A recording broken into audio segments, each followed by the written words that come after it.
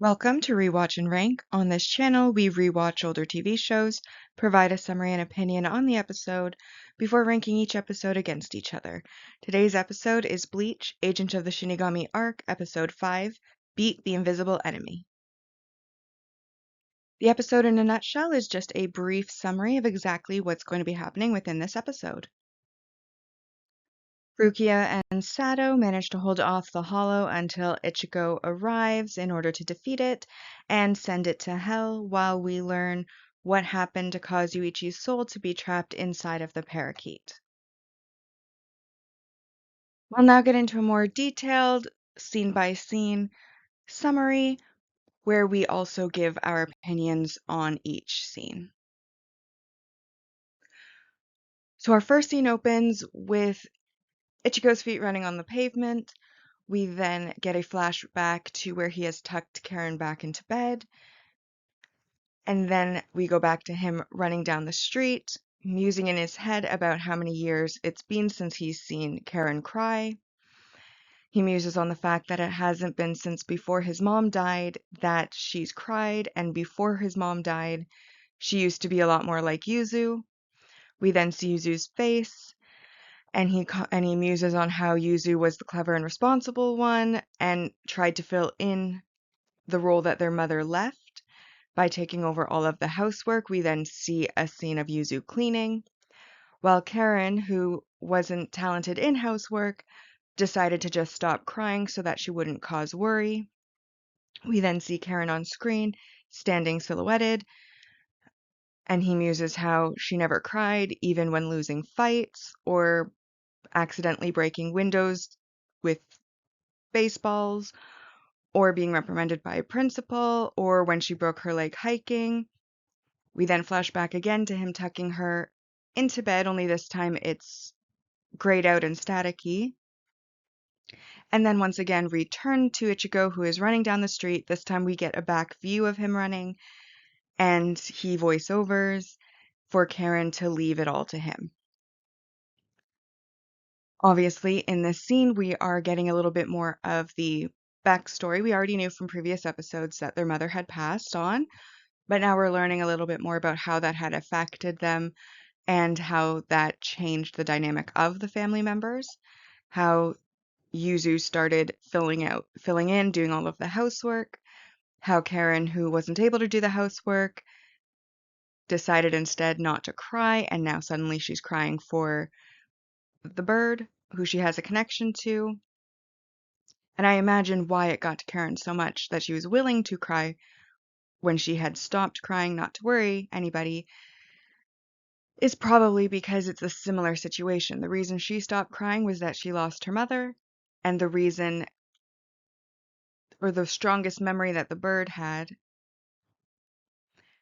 was that he lost his mother as well. So because of that parallel, that's most likely what's triggered her to start crying again. But that also seems to have provided some motivation for Ichigo as well, because he's taking it a lot more seriously because of the impact that it had on Karen. So this scene is very long, be forewarned, but we are returning to the battle where Rukia has been held by, I imagine they meant the neck, but because the hollow is so much bigger than her, it's basically she's held by her entire upper body. The hollow then asks if she's really a Shinigami, asking why she doesn't cast off her human or Gagai form. He squeezes his hand, she starts to struggle to breathe while glaring at him, and then the hollow is suddenly punched in the side of the head by Sato, who has now arrived. Sato pulls back, kind of surprised, saying or asking, did he get it? Rukia is in shock that he managed to hit a hollow and wonders if he's able to see spirits, but then watches him hit air, and we see a sweat drop on her head, realizing that he was just guessing, as he then continues to hit more air. The hollow gets back up, saying that he was worried he could see him, but it looks like he just happened to hit him, as Sato gets lucky again, punching him in the face. Rukia watches in shock as he shouldn't be able to see or hear it, yet he's while facing an enemy he can't see or even sense. He doesn't show that he has any fear. Sato and Rukia then face the hollow that's struggling to get up, though only she's able to see the hollow. The hollow then jumps up into the air, revealing that his arms have wings under them and taunting that they can't reach him there, asking Rukia what she will do, calling her a good-for-nothing Shinigami. She yells at Sato to run as it's up in the air, and he looks at her shocked, asking her if she can see ghosts. Then he asks her what direction it's flying in. She asks, what good would that do?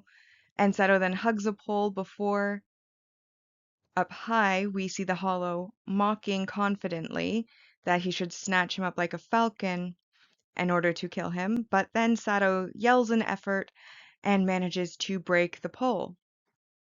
He then turns back to Rukia, asking again, what direction? Their faces then split screen, and she tells him to swing down there. The hollow yells in shocked confusion as the pole lands on his neck and brings him back to the ground.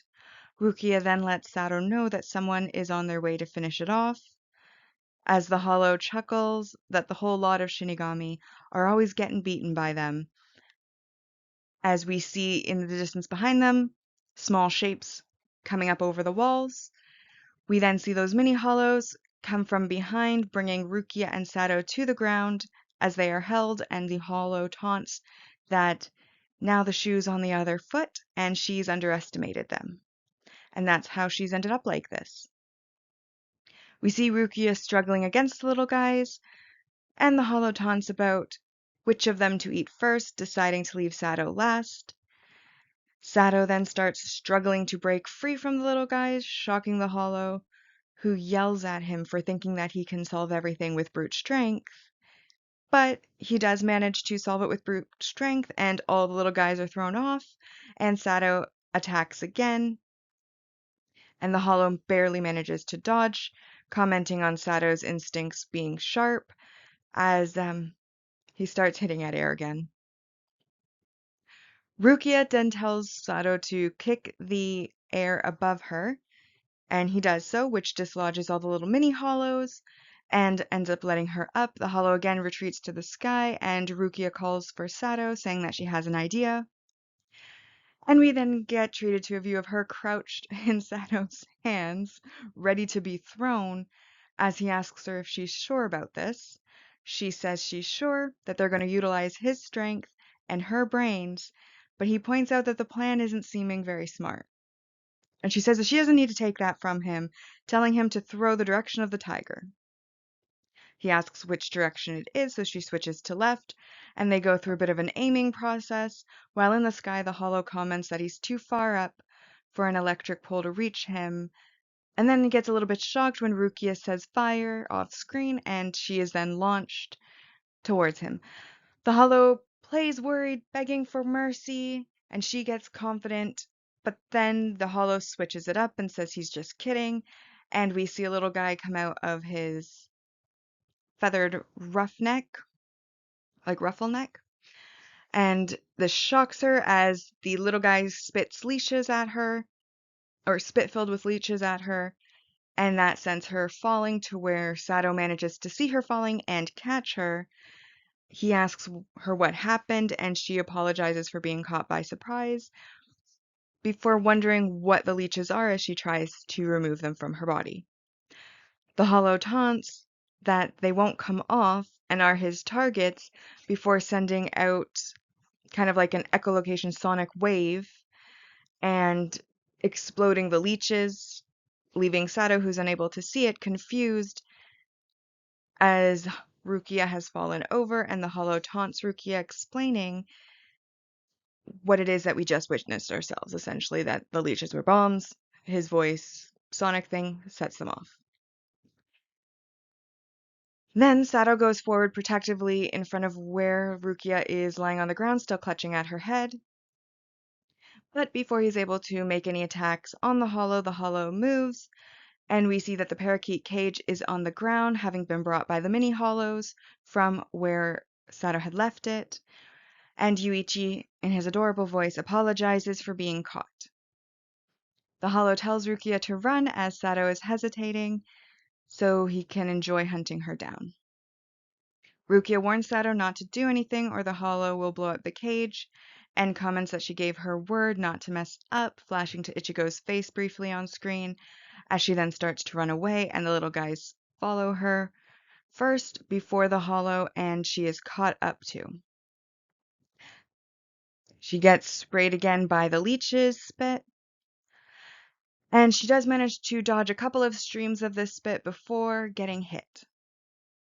And then the Hollow uses his sonic sound to blow them up while laughing as Rukia clutches her bleeding arm and he taunts her that she's pretty covered in blood and can hardly wait as she runs again, dodging the little guys as she goes that he is throwing now, until she eventually reaches a dead end.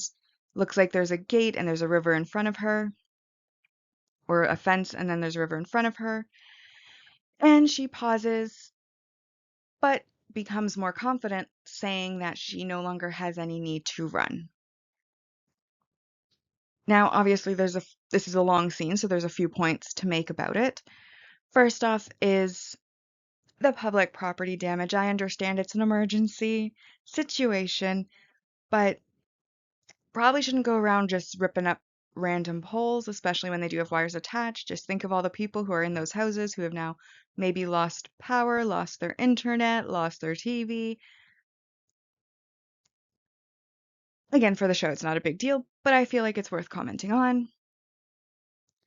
Obviously, we have some of the comedic moments of where, Sato's just hitting at air, or when they're about to be thrown, and he makes a comment on her plan not being very smart when she's saying that she's going to use her brains. All of these little brief moments of comedy throughout the fight are always really fun and worth mentioning. We then, of course, have when she brings up the tiger direction. I think that's referring to. I read a lot of manga, and I feel like I've read before about guardian animals. I think that's a cultural thing in Asian countries. I don't know if it's all Asian countries or just Japan, but I feel like I've also seen it mentioned in non-Japanese manhwa that I've read as well. But I think each direction has a guardian animal, and so the direction of the tiger would refer to whatever direction the tiger protects, but I actually don't remember what that is. But I believe that is what they are referencing. Of course, I called it last episode with Yuichi when Sato left him on the wall. I was like, how does he know the Hollow is not going to come back for it? And what did the Hollow do?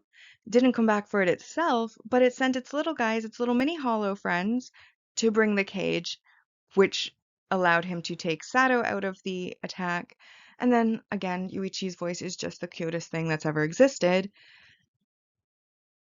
And then, while it's not shown, we can assume that the reason she's confident now that she's reached the river is that she has sensed probably Ichigo's arrival, as we haven't really seen him since that first opening scene, as the fight's been very focused on Sato and Rukia,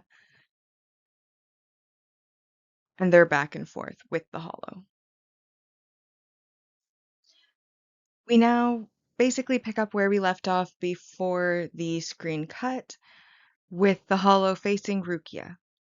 However, in this now he is being stepped on from behind as Ichigo arrives at the scene, and he tells Rukia that she wasn't supposed to worry him by messing up, and she tells him that's not something someone who's worried would say, and he smirks that she's right. And then this is when the Hollow decides to start pushing up to dislodge Ichigo, asking how long he's going to stand on his head. Ichigo jumps off and introduces himself, gives his age, that he's a substitute Shinigami, telling the Hollow that he's chasing the wrong person, doesn't he think? And the Hollow agrees he should have gone after Ichigo, as we then see Rukia putting on her glove. The mini Hollows then start spitting leeches, and the Hollow sonics them to explode as Rukia pushes Ichigo out of the way by pushing his soul out of his body, which allows him to use the smoke screen to attack in a Shinigami form, and he does manage to cut the Hollow's arm, which starts bleeding. Ichigo then puts the pieces of the fight together that he's missed, with the Hollow obviously delaying Sato in order to chase a girl, and he ends up calling the Hollow a bastard. We see Rukia holding up his body before putting it on the ground, and the Hollow taunts that Ichigo is about to be eaten by that bastard. Obviously, this is Ichigo's dramatic entrance scene, where he gets to come up from behind, and we of course called this at the end of the previous scene, where they were kind of trying to leave us with a cliffhanger when they would have, as this was airing on cable, gone to a commercial, and the reason why Rukia was confident, we all assumed it, but it was because Ichigo was arriving. Now, of course, I comment often on this channel that as rewatchers, we know the future. But just because we know the future doesn't necessarily mean that we remember every aspect of it. So sometimes when I am saying I suppose or I am speculating on something, it's because I actually don't remember. But I think the context clues within the show will guide us to that, and we can reasonably assume. We start this scene with Sato having followed Rukia, carrying the parakeet's cage, and he sees Rukia looking around a corner while he also sees Ichigo's body lying on the ground next to her. He yells for Ichigo, and Rukia notices him, saying that he has good timing and that he should take Ichigo's body somewhere safe, as Ichigo is currently in battle. We then pan out to get a view of the city, and then that turns to where we see what looks like a cliff road, where there is dust being blown up several times as we hear Ichigo making fighting noises. And then we see Ichigo slicing the many hollows, which the hollow reminds him are bombs, as he then blows them up. But the explosion misses Ichigo, who then attacks through the smoke and cuts the hollow, asking him if he killed Yuichi's parents or mother. We then switch back to the parakeet, where Rukia asks him for clarification on something the parakeet had said off screen, and then Yuichi says that everything is his fault, and that she and Mr., meaning Sato, got hurt all because he just wanted to bring his mom back to life, and he apologized. This is to them for that. At this, Rukia becomes enraged, asking if there was someone who told him that it was possible to bring someone back from the dead. This is clearly impossible, and obviously, as a Shinigami who deals with the souls and helping them move on, she knows that, so obviously she's very offended by this. We then get to return to Ichigo's side, where the Hollow confirms that he was in fact the one who killed Yuichi's mother. He goes on to elaborate that while he was alive, he was a serial killer, and he boasts that he was all over the TV and very famous, and that Yuichi's mother was his last victim, saying that it was so much fun to kill her. He goes on to describe how he had chased her and that she had tried so hard to live and to protect her child, and she ended up being chased all the way onto the balcony where he eventually was able to kill her, but Yuichi managed to grab his shoes, his ankle, which caused him to fall over the balcony to his own death.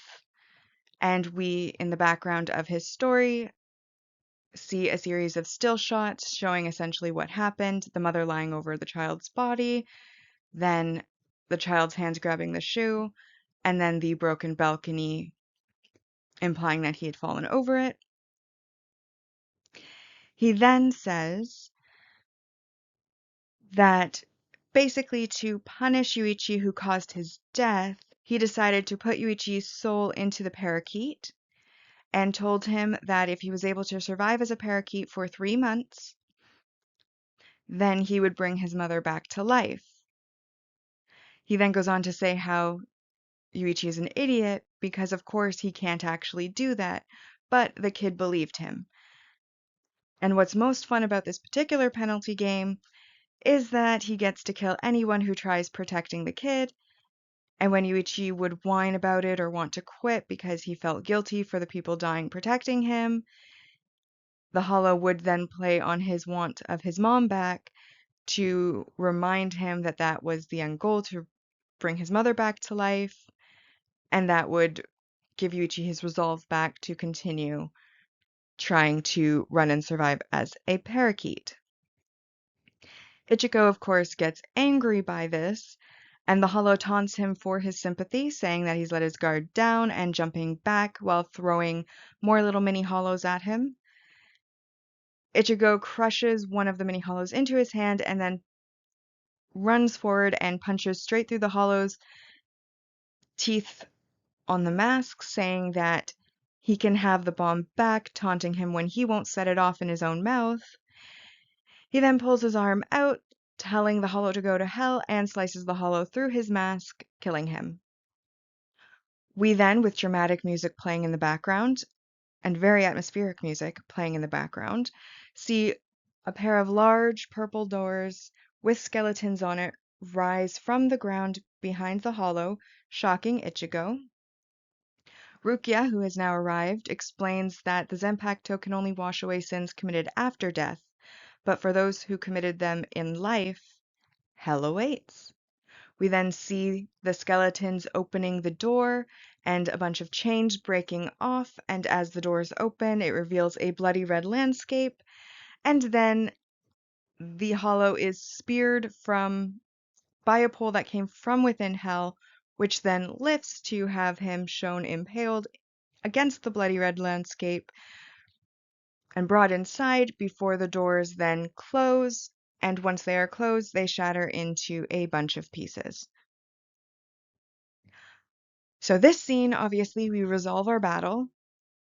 We learn just how bad the tragedy of Yuichi's life was, having had his mother killed in front of him, then killing the bad guy that did it, then being stuck in a parakeet by a hollow who's now been hunting him for, they don't say how long, like the penalty game was for 3 months, but obviously the hollow was a liar, so has it been less than 3 months or more than? Doesn't really specify for us. And then, of course, this is our first time where we get to see hell. And I think it's very good that they showed us this because they had showed us with Inoue's brother that he was redeemed and cleansed and able to go on to Soul Society. But now we're faced with someone who is a serial killer in life, and it's like, we don't want that in Soul Society, obviously. So now they're showing us that actually, no, if you were bad in life and bad after death, only what you did after death is wiped away. Everything you did in life still counts towards your life's ledger, and you do end up in the bad place. And this, of course, is something that we're happy to see because we don't want, because then it implies essentially like Soul Society is at least a neutral, good place, but not the place where the evil souls go. And there is some separation after death, so what you do in life does actually matter.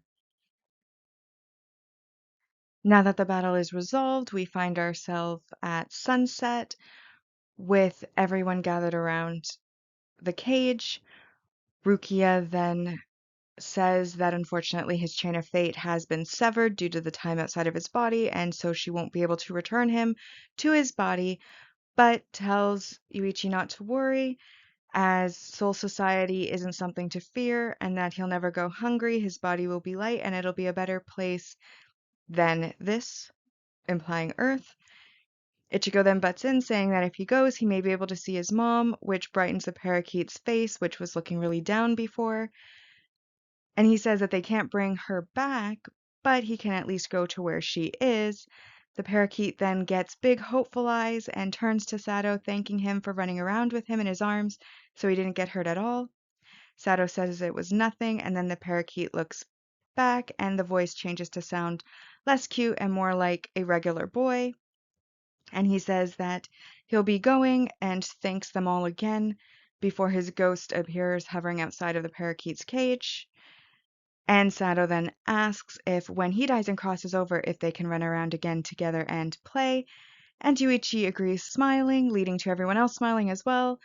And then we kind of move into the distance as we hear Ichigo voice overing asking if they should start the console, which is again how they encourage souls to move on from Earth to Soul Society. Obviously, this is a nice little wrap up to Yuichi's story. He gets to go be with his mom. This is what the implication is. And there is a little bit of an emotional impact. It's not a huge one. Like, it's not enough to really make any outward sign of emotion, but internally, you do feel a little bit touched by the ending of this story and that he's going to get to be reunited with his mom after all the tragedy that he's gone through. So it is a nice scene. It gives closure to this part of the story. We then see back at his home, Karen, who has been tucked into bed and is sleeping restlessly, then kind of smooths out, gets a smile on her face, and thanks Ichigo. So obviously, whatever connection she had to Yuichi at that point then is broken. And then we see a hell butterfly flying past the window and up towards the moon in the sky. And that just wraps up the Karen side of things, showing that her connection is broken. And of course, we get that beautifully aesthetic scene of the hell butterfly flying towards the moon.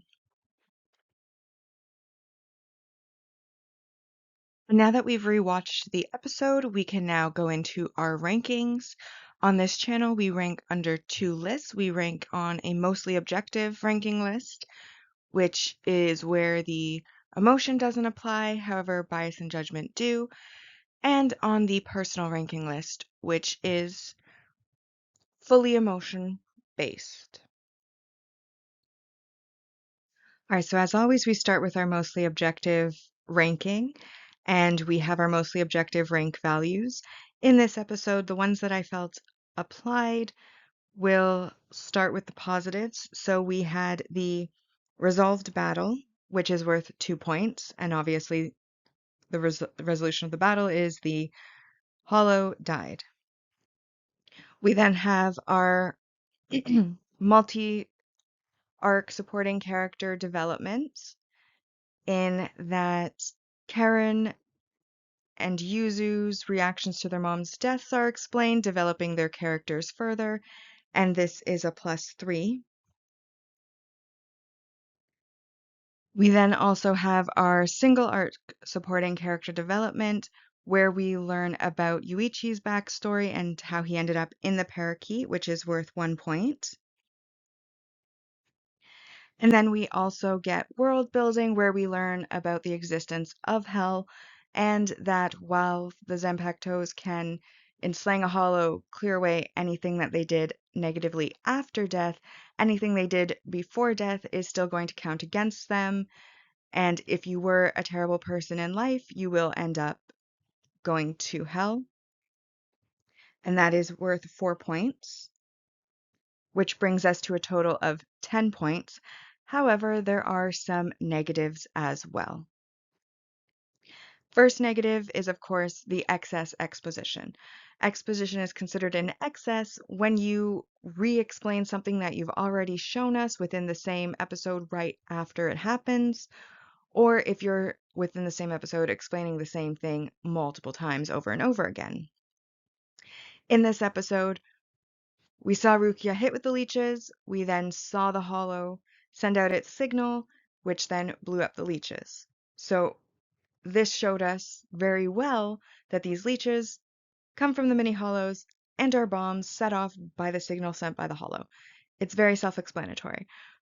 But then, literally right after we've seen and understood that, the hollow then goes on to basically tell us exactly what we just saw in words. And I'm like, that's a little excessive because we obviously just saw it. Now, I do have a little bit of grace because it is designed for younger audiences, but given like the amount of violence that's in the show, even if it's younger audiences, I would say they're old enough that showing would have been more than enough for them to understand what just happened. I don't think they needed to go on and then re-explain it. So that is only a minor setback. That's a -1.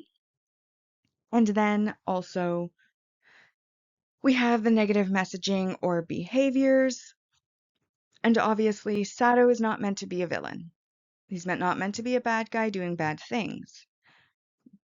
But just like in the previous episode where he was breaking into construction sites and warehouses, doing all that trespassing, this time he decided to vandalize the city and break a cable pole. And I understand why he did it. Obviously, he was fighting. It's an emergency situation. You need to use what's available to you. But that doesn't change the fact that he did break a cable pole. He probably negatively impacted all of the houses that maybe needed the energy and the power that was being sent through those wires. And so while I understand why he did it and that it was necessary, it doesn't change the fact that he did technically commit a crime of vandalism while defeating the Hollow. And so that is just a -2 points, which leaves us for our mostly objective ranking at a 7 out of 10 score. All right, so for our arc rankings so far, under the mostly objective ranking, we now have the order at The Day I Became a Shinigami, The Shinigami's Work. Third place, The Older Brother's Wish, The Younger Sister's Wish. 4, Beat the Invisible Enemy, and in fifth place, Cursed Parakeet. On the personal ranking, I really liked this episode. It was mostly a battle episode, but a lot of the battle had comedy in it to start with. So the first half of the episode was very light, very comedic, Chad going around fighting air and occasionally getting lucky and hitting something, Rukia being thrown and that being her idea to do, and all of that sort of thing. We also then move on to the second half of the episode where it becomes a lot more meaningful and we get a lot more emotional side of things. We learn about Yuichi's tragedy. We learn that he can't be saved. We learn that he's going to move on to where his mother is. And then Karen being released from all of that. And that sentimentality, that emotional impact, not large enough to really be considered for the mostly objective rankings, but enough to note that it's there. And of course, the defeat, the learning about hell, and the hell doors were very aesthetic, and the music that played behind that was very well done. The final shot was also amazing for the atmosphere of it. And so I liked this episode quite a bit. And so I ranked it 8 out of 10, which brings our total ranking on the personal ranking side to, in first place, The Older Brother's Wish, The Younger Sister's Wish. 2, Beat the Invisible Enemy, the current episode, in second place. And then third, The Shinigami's Work. Fourth, Cursed Parakeet. And fifth, The Day I Became a Shinigami. And so we need to add our current episode scores to our series rankings overall for the Agent of the Shinigami arc. So in this arc, there are 20 episodes, which means a maximum score of 200 can be earned. And so far, with the addition of 7 for this episode on the objective list, we are at 42 out of 200. And then on the personal ranking, with the addition of 8 points, we are at 34 out of 200.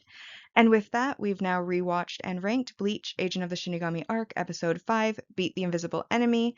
Like and subscribe if you'd like to, and I'll see you in the next episode.